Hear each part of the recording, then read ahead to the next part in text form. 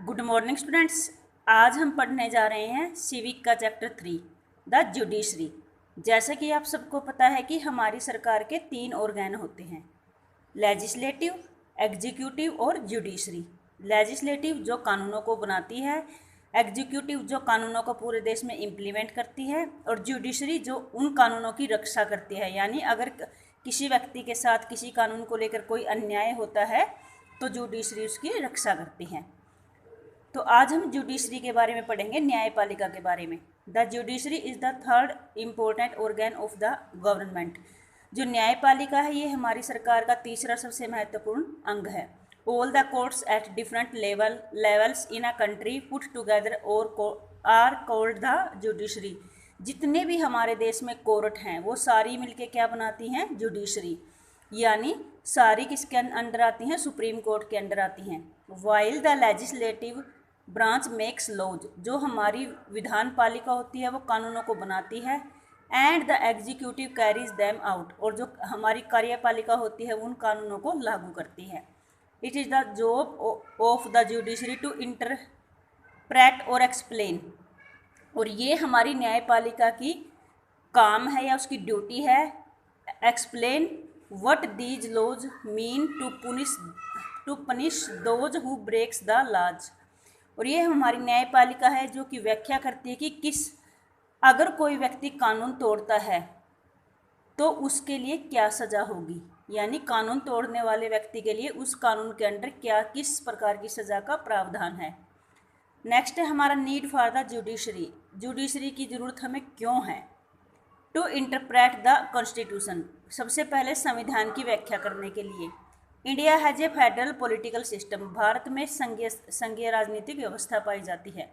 The most important function of the judiciary is not interpret the constitution, is the function of is the judiciary is to interpret the constitution. सबसे महत्वपूर्ण जो हमारे judiciary का काम है वो क्या है? संविधान की व्याख्या करना। For a stable federal government it is, क्यों? क्योंकि हमारे देश में अगर देश में एक संघीय लोकतांत्रिक सरकार को चलाना है तो it is essential that the central and the state government should act in accordance with the provision of the constitution.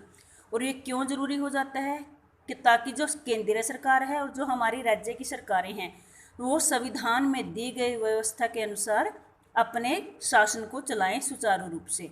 If any dispute arise over the interpretation of the constitution, अगर कोई झगड़ा होता है, मान लो संविधान की व्याख्या के अकॉर्डिंग भी अगर सरकारों में इस तरह का कोई झगड़ा होता है, it has to be settled by the judiciary. तो इसको कैसे सेटल किया जाता है? जुडिशरी द्वारा।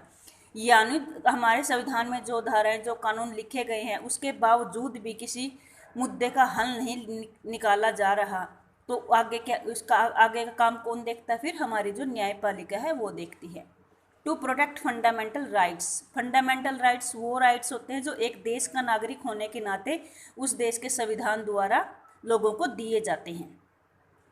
ये हमारे मौलिक अधिकारों की रक्षा करता है। The supreme court and the high courts protect the fundamental rights. जो सुप्रीम कोर्ट है और जो हमारी हाई कोर्ट्स हैं वो हमारे फंडामेंटल अधिकारों को सेफ रखती है, प्रोटेक्ट करती हैं। For the purpose of protecting the rights of the citizens the supreme courts and the supreme court and the high court में इशू रिट्स और direction to the concerned authorities.